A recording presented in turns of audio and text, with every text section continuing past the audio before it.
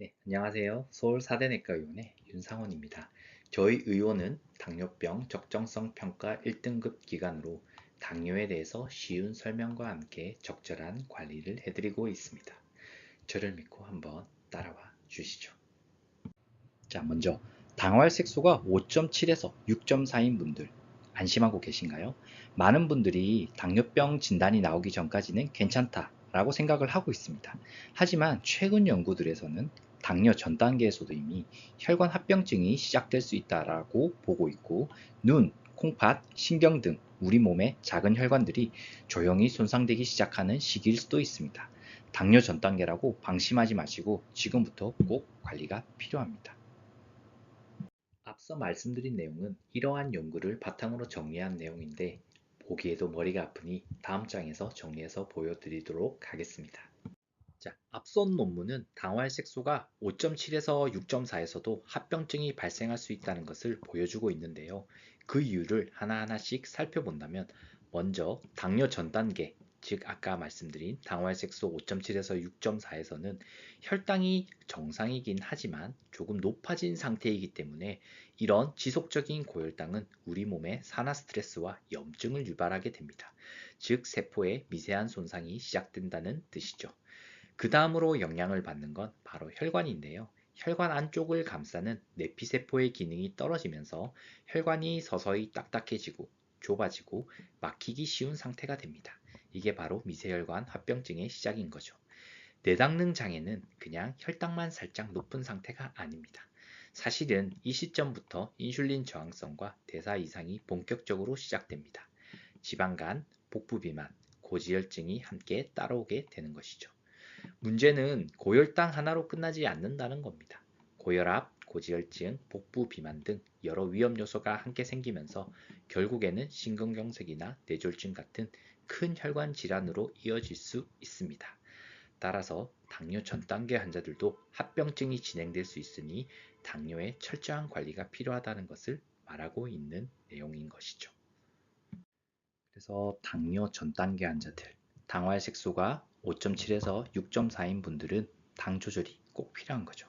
그렇다면 각각의 용어에 대해서 조금만 알아보겠습니다. 먼저 인슐린이라는 단어 많이 들어보셨죠?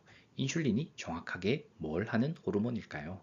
인슐린은 우리 몸에서 혈당을 조절하는 아주 중요한 호르몬입니다.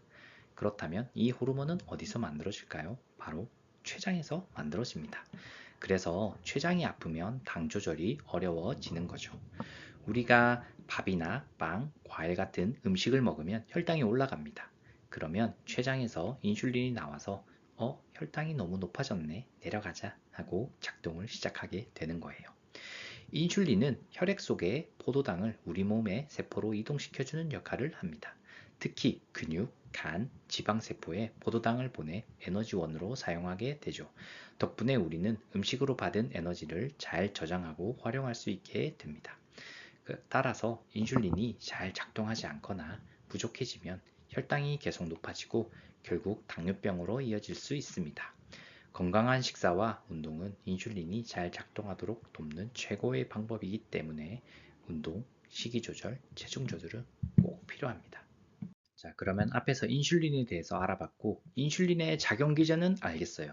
그렇다면 인슐린 저항성은 무엇인가요? 에 대해서 한번 알아보자면, 당뇨의 타입 중 가장 흔한 것이 2형 당뇨이고, 이 2형 당뇨가 생기는 기전이 바로 이 인슐린 저항성이기 때문입니다. 이 인슐린 저항성은 쉽게 말하면 열쇠는 있는데 문이 열리지 않는 상태라고 보시면 됩니다. 인슐린이라는 열쇠는 있는데 세포가 문을 열어주지 않으니까 포도당이 들어가지 못하는 거죠. 몸 안에 인슐린은 충분히 있는데도 세포가 반응하지 않기 때문에 혈당이 계속 높게 유지되게 됩니다. 즉, 몸이 인슐린 말을 안 듣는 상태인 거죠. 혈당이 이렇게 내려가지 않으니까 췌장은 더 많은 인슐린을 만들어내게 되고 안 되겠네. 더 만들어야지 하고 과로를 하게 되는 것이죠. 이렇게 계속 인슐린을 만들다 보면 췌장이 점점 지치고 망가지게 됩니다. 그렇게 결국 당뇨병으로 진행하게 되는 겁니다. 따라서 인슐린 저항성은 당뇨의 시작점입니다. 지금부터라도 운동, 체중 조절, 식이 조절을 통해 세포가 인슐린 말을 잘 듣게 만들어주는 게 아주 중요합니다. 자, 또 앞에서 설명한 인슐린과 인슐린 저항성 그리고 당화혈색소가 있었는데 이 당화혈색소는 헤모글로빈 A1C라고 하고 들어는 봤는데 정확하게 뭔지 쉽게 설명을 해드릴게요. 먼저 혈당이 높아지면 우리 피 속에 적혈구에는 당이 달라붙게 됩니다. 이걸 쉽게 말하면 설탕에 절여진 적혈구라고 보는 검사라고 할 수 있어요. 이렇게 당이 달라붙은 적혈구의 비율을 측정한 게 바로 당화혈색소 검사입니다. 혈액 한 방울로 측정이 가능하고 혈당이 얼마나 오래 높아졌는지를 알 수 있는 중요한 지표예요. 이 당화혈색소는 최근 2, 3개월 동안의 평균 혈당 상태를 보여주는 검사입니다.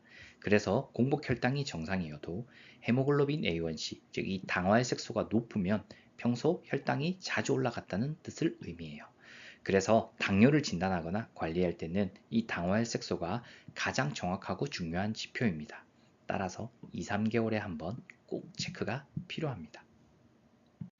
자, 그렇다면 당화혈색소와 혈당과의 관계를 한번 예를 들어 알아보도록 하겠습니다. 왼쪽 그래프를 보시면 혈당이 평균적으로 90에서 220 사이를 오가는 환자인데 공복일 때는 원래 혈당이 떨어지고 식후에는 혈당이 올라갑니다. 이렇게 움직이는 환자에서 당화혈색소의 평균치는 7.0이 나올 수 있고 반대로 우측에 있는 그래프를 봤을 때 혈당이 120에서 260 사이로 움직이는 환자의 경우 당화혈색소는 약 7.5까지 올라갈 수가 있습니다. 이 환자의 경우는 혈당 관리가 아직까지 부족하고 합병증 위험이 점점 높아질 수 있다라는 신호입니다. 따라서 이 헤모글로빈 A1C 수치는 단순한 숫자가 아니라 지난 몇 달간의 혈당 관리의 성적표입니다. 정기적으로 체크하고 생활 습관이나 약물 치료가 잘 되고 있는지를 꼭 확인해야 합니다. 자, 그렇다면 왜 2에서 3개월 만에 당화혈색소를 측정해야 할까요?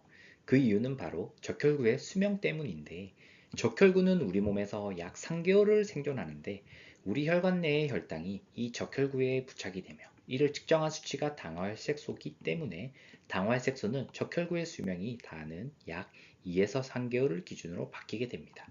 따라서 2에서 3개월마다 당화혈색소 검사를 해서 우리 몸의 혈당의 평균치를 꼭 확인해야 합니다. 자, 그러면 앞에서 했던 내용을 정리해 보자면 당화혈색소 5.7에서 6.4인분은 이 수치는 당뇨 전 단계로 분류되지만 이미 합병증이 시작될 수 있는 구간입니다. 절대 방심하시면 안 됩니다. 인슐린 저항성은 인슐린이 충분히 나오지만 세포가 반응하지 않아 혈당이 잘 떨어지지 않는 상태를 의미해요. 이게 반복되면 결국 당뇨로 진행될 수 있습니다. 그리고 가장 중요한 것, 당화혈색소 검사는 2에서 3개월에 한 번 꼭 체크해야 됩니다. 이게 바로 혈당 관리의 성적표이기 때문이죠. 자, 그럼 오늘 시청해 주셔서 감사합니다.